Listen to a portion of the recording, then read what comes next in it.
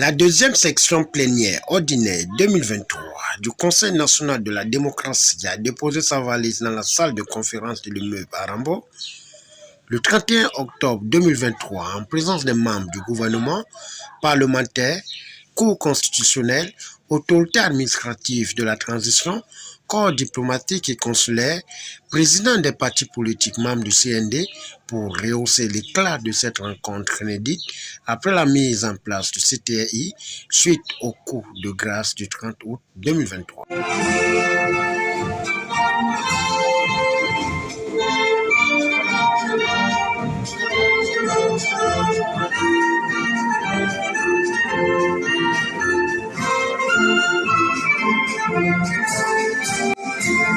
J'avais remarqué que les autres institutions ont été dissoutes et remises en place. Le Conseil, on n'y a pas touché. Ça devrait être une indication à votre niveau. Ça voudrait dire que institutions politiques animées par des politiques, on n'a pas jugé utile de recommencer pour mettre en place un autre Conseil de la démocratie. C'est déjà une indication à votre niveau.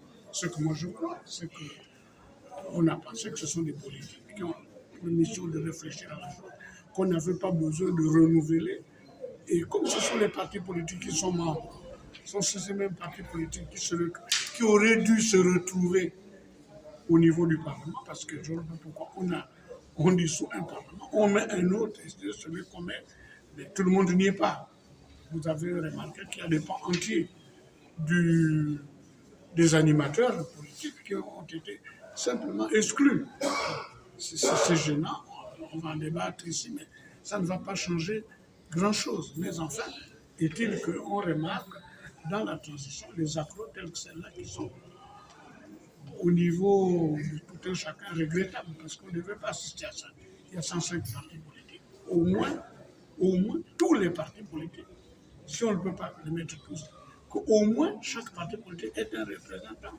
Quand vous en avez 14 à un seul parti, dans d'autres partis, rien du tout, vous voyez les partis qui, depuis longtemps, se battent pour la démocratie dans ce pays, tel que le RPG, n'est pas représenté. C'est un crime de lèse-majesté, excusez-moi, c'est comme ça que je le prends. Mais enfin, ce sont les regrets au niveau institutionnel que nous avons constatés, nous, partis politiques, quand on assiste à cela. C'est une transition que nous avons tous accueillie, mais après, on remarque que d'autres n'y sont pas et ce n'est pas normal. C'est ce que moi je peux dire, parce que pour l'instant c'est moi qui parle. Voilà. Nous allons mettre ensemble les mécanismes qui permettent au CND de connaître aussi sa refondation. Parce qu'il faut bien que les institutions répondent aux nouvelles valeurs de la République et représentent une plus-value en termes de fonctionnement, ainsi de suite. Donc, je suis ravi qu'il y ait cette ouverture, mais tout en souhaitant que cette ouverture participe à la réforme en termes démocratiques, en termes de l'institution, de son apport, qu'elle ait tout son sens. Donc voilà un peu le sentiment que j'ai, un sentiment d'espoir, un sentiment qui a participé à réformer nous les partis politiques aussi. Parce que quand on voit un pays comme le nôtre, 106 partis politiques, où sont les sièges, où sont les militants, si on fait 2 millions divisés par... Tout ça, on se pose des questions. Non. Le CND est une institution dans laquelle au moins tous les partis sont. Nous pensons qu'un débat sérieux devrait s'ouvrir en termes des objectifs de l'apport de cette institution, mais en termes aussi de la composante de cette institution qui sont les partis politiques. Parce qu'il faut dire qu'aujourd'hui, la donne a changé. Hier, le seul élément de conversation, c'était le Bongo duré, le régime PDG a duré. Maintenant, on n'est plus au niveau de la famille Bongo, on n'est plus au niveau du régime PDG, on est maintenant au niveau de la productivité intellectuelle pour que, même sur le plan politique, nous fassions développer notre pays. Donc, il va falloir qu'il y ait des hommes et des femmes engagés sur le plan de la réflexion. Donc, ça ne pourrait plus être ce cours-là où il y avait tout et rien. Donc, c'est toutes ces réformes-là qui vont être nécessaires, son apport par rapport à la transition qui est en train de s'opérer, qui est en train de se passer, Dieu merci, dans de bonnes conditions. Donc, voilà un peu mon sentiment pour qu'on rentre dans véritablement des structures idéologiques. Dans les structures idéologiques, il faut que le parti serve maintenant l'État, qu'on change de paradigme. Le parti ne doit plus servir les hommes pour accéder à des strapontins de postes. Les partis doivent maintenant servir, être des réservoirs d'idées. Et il nous faut imaginer, hein, on utilise tous les régimes socialistes, capitalistes, tout ça là, mais quel est le régime qui sied le mieux à notre pays? Quelle est notre identité démocratique? Quelle est notre identité démocratique et culturelle?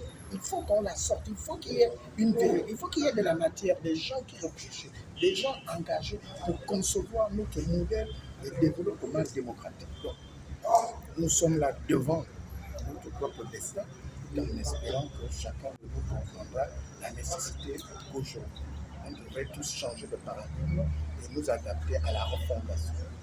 À l'ouverture des travaux de la deuxième session ordinaire du Congrès national de la démocratie, nos attentes sont nombreuses et multiformes. Vous savez que le Conseil national de la démocratie est cette instance de promotion et de régulation de la démocratie dans notre pays, hémicycle au sein duquel sont membres l'ensemble des partis politiques que compte notre pays.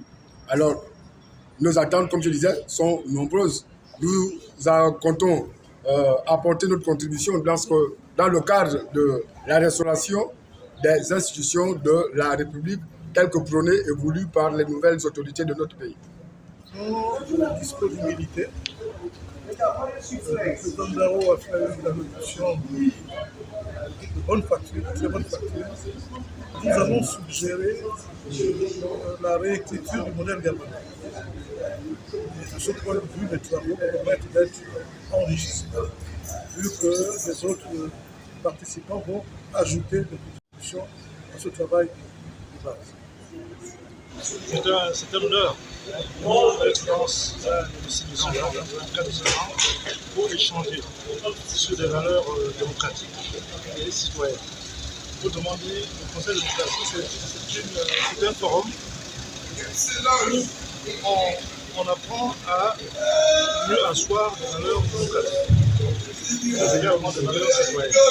C'est ça la base de l'échange.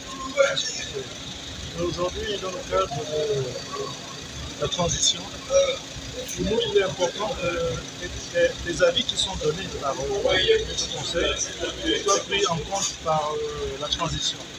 Parce que, de manière générale, à chaque fois qu'on fait des recommandations, elles ne sont pas prises en compte par les autres. Aujourd'hui, nous sommes dans un cadre d'exception. La transition, nous espérons que tout ce qui va se dire pour sortir de ce forum soit pris en compte. De façon générale, pour nous, c'est un bonheur d'échanger, de parler des questions, de prendre la démocratie. De façon générale, la démocratie et citoyenneté. C'est ça les questions ici. En histoire, nous sera suivi par le collègue. Après le sentiment des présidents des partis politiques qui ont pris part à cette ouverture de la deuxième session plénière, il convient de noter que le Gabon est un état de droit, ayant pour sceau l'hymne national, la concorde. Au finish, c'est dans une ambiance bon enfant que cette ouverture a fait tomber son rideau en invitant les acteurs politiques à mettre en exergue la refondation du 241 prônée par le CTRI et présidée par le général de brigade Blaise Clotaire Oligui Nguema, président de la transition du Gabon.